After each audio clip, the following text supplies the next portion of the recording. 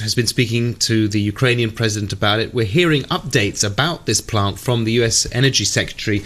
They're saying that it has robust containment structures and the reactors are being safely shut down. So from that point of view, less concerning. But to let firefighters in and appealing for this area, for the fighting to stop around this area. So Russian tanks were trying to take hold of the plant in the last couple of days, but there was resistance from workers and residents of the area. And this seems to have escalated in shelling. And if I could just saying, bringing our viewers into this conversation, just to say, obviously, we're looking at pictures of that nuclear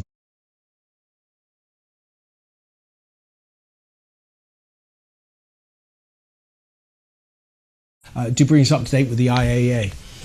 Yes, well, the IAEA has tweeted that its Director General has spoken with Ukraine's Prime Minister, the International Atomic Energy Agency, of course, and Ukrainian nuclear regulator and operator said, you know, you've got to watch out for this serious situation, and have appealed for the halt of the use of force. And President Zelensky indicating in a video message that he's just released on Facebook that this might be deliberate. He's saying it is. He's saying that Russian tanks have fired on the nuclear where they are shooting, and then release this huge warning for Europe. He says Ukraine has 15 nuclear units. If there's an explosion, it is the end of everything, the end of Europe. This is the evacuation of Europe. The only immediate European action can stop Russian troops. So you can see how this incident on the battleground of war in Ukraine really can be so incendiary. And also how difficult it is to get accurate information. An hour or so ago, you and I were right here, and there was one piece of information we were reading out which said the site is secure. Now, the latest information I have coming up on this computer, you've probably seen the same, according to the AFP news agency, Russian troops preventing firefighters from accessing blaze at the nuclear plant, according to Ukrainian rescuers. So this situation does change reasonably quickly. That's right. The accusations now deliberate attack, firefighters not being allowed in, so you can shut down the reactors, what we were hearing from the Americans, but what about the fire itself that's potentially ongoing? Mark Nobel, I know you'll bring us updates as you have them. Thank you so much. Well, nuclear policy expert Joe from Washington. Mr. Cinincione, thank you so much. Your assessment of just how serious this may be. Like so much else in the last week, we've been using the word unprecedented. This has never happened before. A nuclear power plant has never come under attack like this. The closest we came was worries after the 9/11 attack in the United States that terrorists might pools around a nuclear power plant to release a kind of Chernobyl or Fukushima type disaster. But this is 10 armored vehicles shelling a nuclear power plant. I cannot overstate how serious the situation is. It's good that we're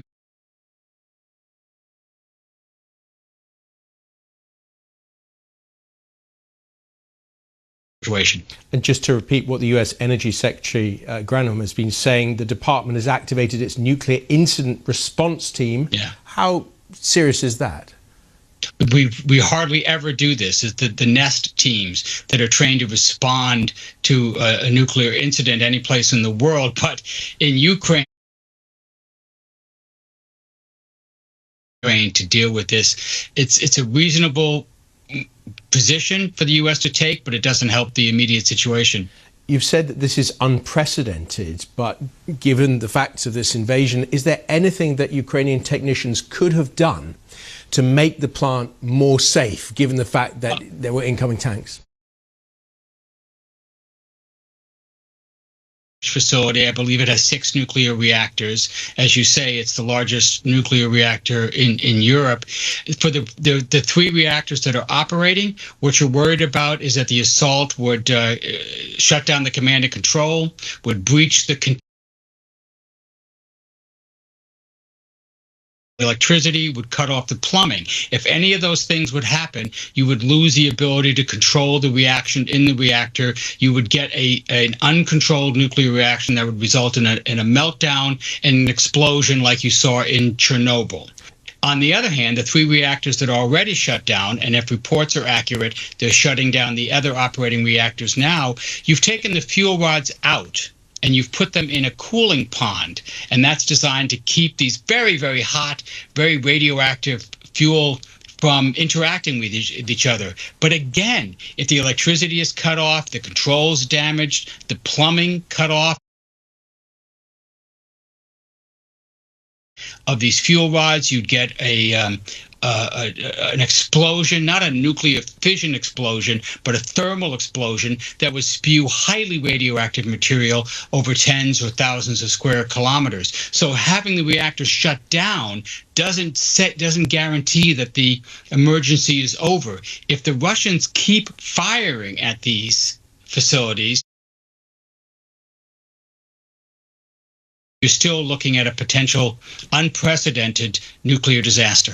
Ukrainian technicians clearly maintain the plant, but would they be capable of repairing it and doing emergency repairs, or would technicians have to come from other countries? Oh, no.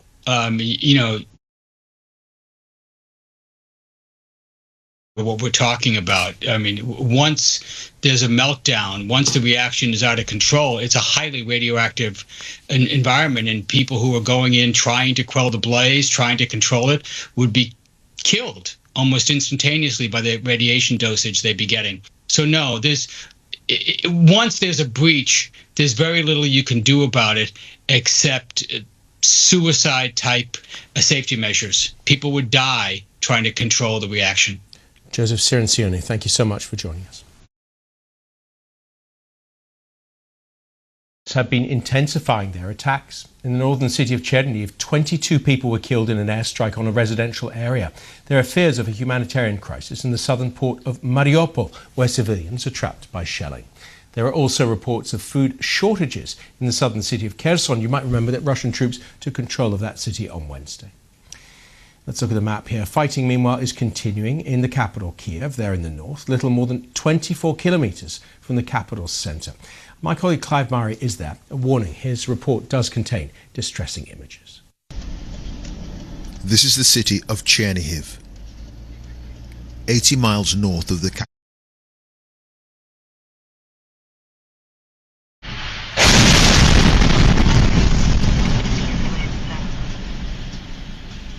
This is a residential area. And here's another. Russia's military did this to whole communities.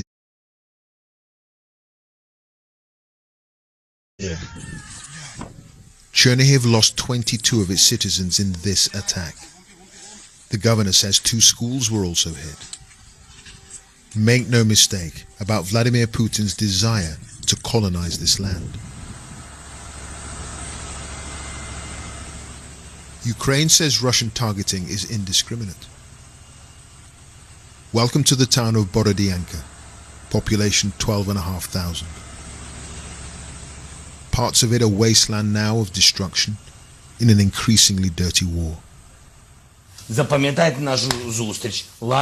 God forbid, if we are no more, then Latvia, Lithuania, Estonia will be next. Then Moldova, Georgia, Poland, and so on. They will march to the Berlin Wall. Believe me. It's the same story of destruction in southern Ukraine. Large parts of the port city of Mariupol are being shelled. As Russian forces tighten the noose, a humanitarian tragedy unfolds. The city's electricity supply has already been cut. And resistance, though noble, is futile in the city of Kherson. Conquered by Russian tanks, the first major urban area to fall in this war. But there's no bigger prize than the capital Kyiv. An explosion overnight rocks the railway station.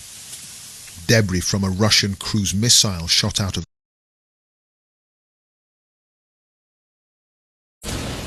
By day, the capital is being abandoned.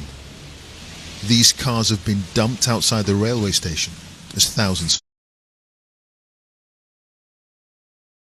A couple of people out for a stroll in the snow. We've come across. The guards have come up to us. They've wanted to check our papers, wanted to check if we're filming them.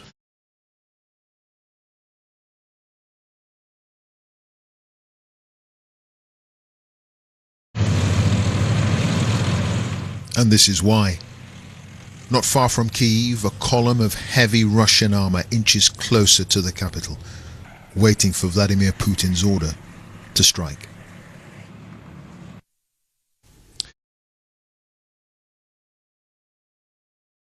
Defended his campaign in a televised address. He said his military operation was going to plan.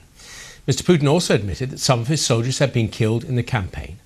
He stood for a moment's silence for Russia's losses. The president was generally defiant, however. He accused Ukraine of using its civilians as human shields. He called Ukrainian forces neo-Nazis and bandits. Our soldiers and officers are Donbass, the denazification and demilitarization of Ukraine, so that the anti-Russia on our borders will not threaten us. The US has turned up the pressure on Russia. It's imposing fresh sanctions on at least 8 oligarchs and associates of President Putin. Those targeted include Alisher Usmanov, owner of a giant mining company, and also the Kremlin spokesman Dmitry Peskov.